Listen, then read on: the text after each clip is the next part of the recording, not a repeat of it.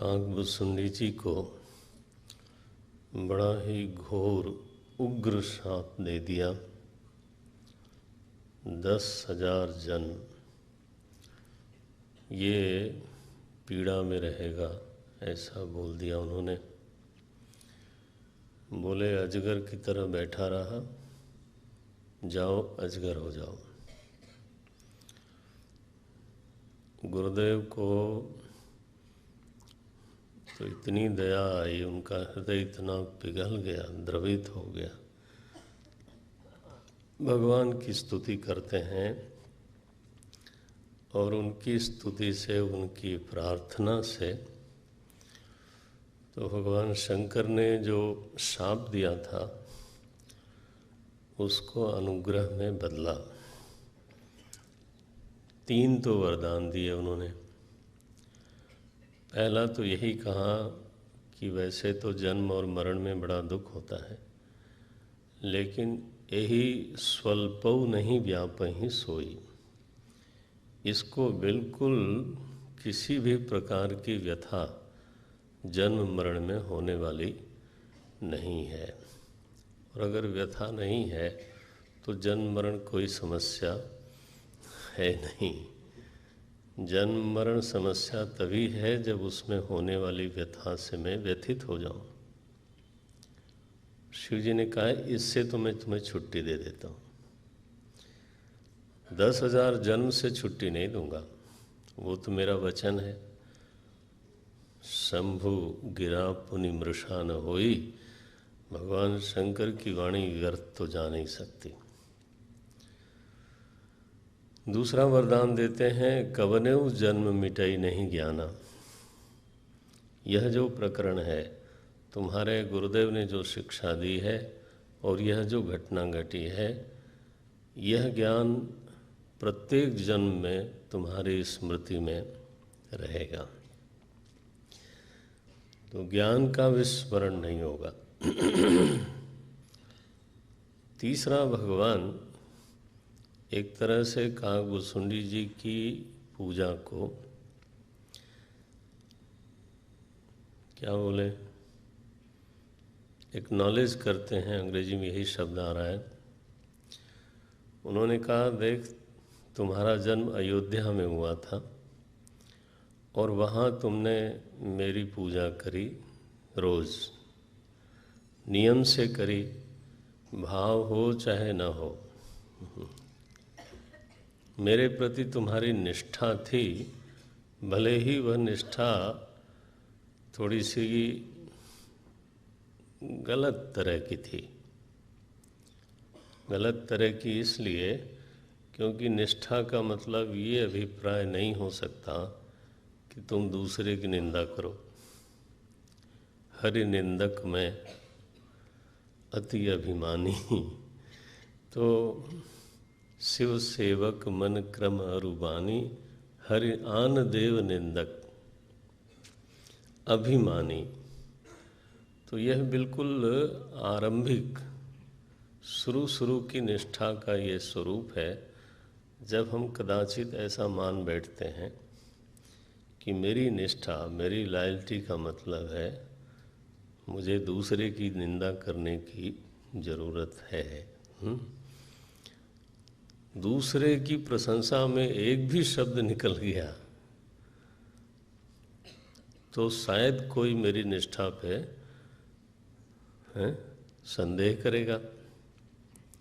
हाँ, अगर कोई प्रशंसनीय भी है और मेरे मन में आता भी है कि चलो प्रशंसा कर लें, या मेरे मन में आता ही नहीं कि इसकी प्रशंसा करें, दूसरे के औदार्य को, सौशील्य को अपनी निष्ठा की वजह से मैं न देख सकूं, ये बात सही नहीं। तो फिर भी तुमने पूजा तो करी। हमारे परम पूज्य करपात्री जी महाराज बोलते थे,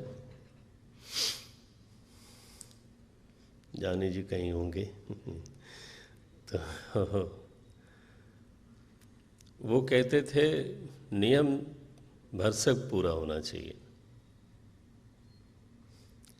बल्कि यहाँ तक छूट देते थे कि काललोप कदाचित हो जाए तो हो जाए, क्रियालोप नहीं होना चाहिए।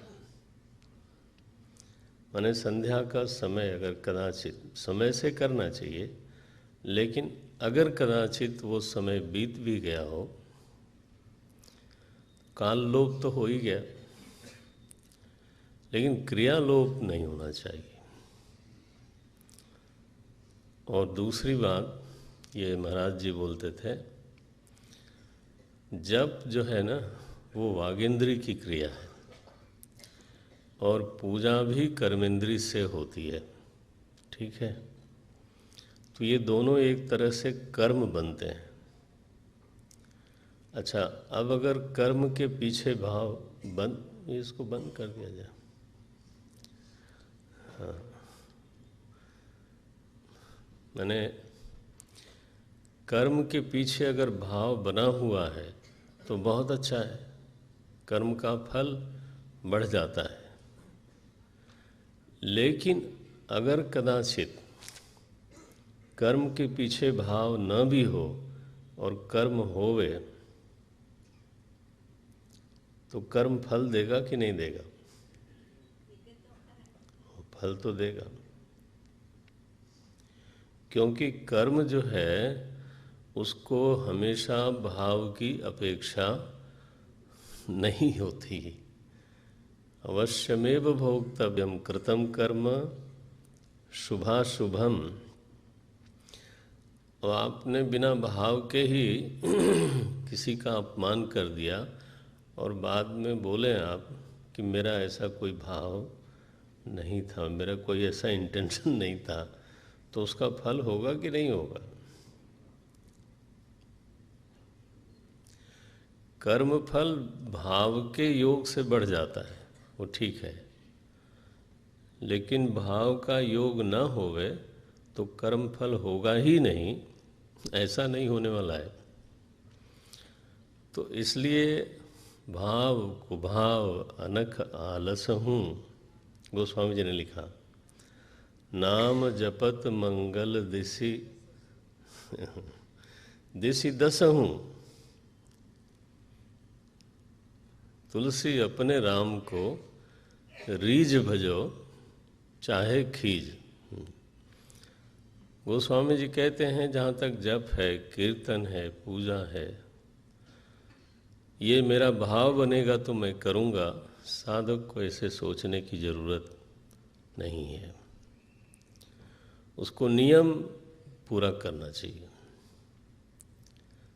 भाव हो बहुत अच्छी बात है, भाव बढ़ रहा हो बहुत अच्छी बात है, तो भगवान की कृपा है कि भीतर भाव बढ़ रहा है। बोले नहीं, जब भाव होगा तब पूजा करेंगे।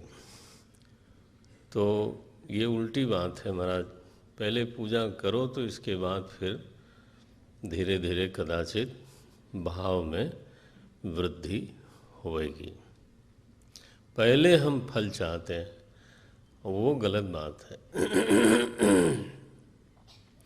काकभुसुंडी जी में जो भी है, अच्छा ही बुराई जो भी है, लेकिन वो अपना नियम पालन करते हैं और शिव जी उसको एक्नॉलेज करते हैं।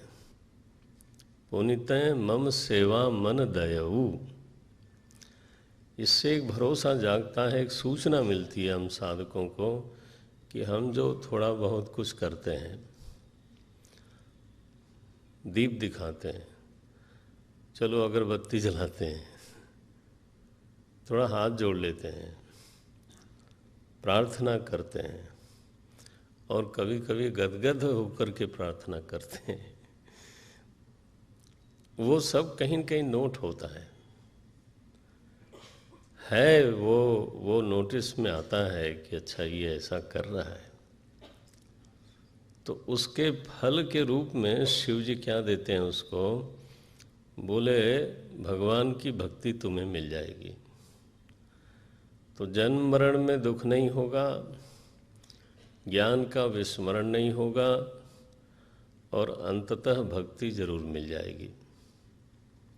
वाह, एक शब्द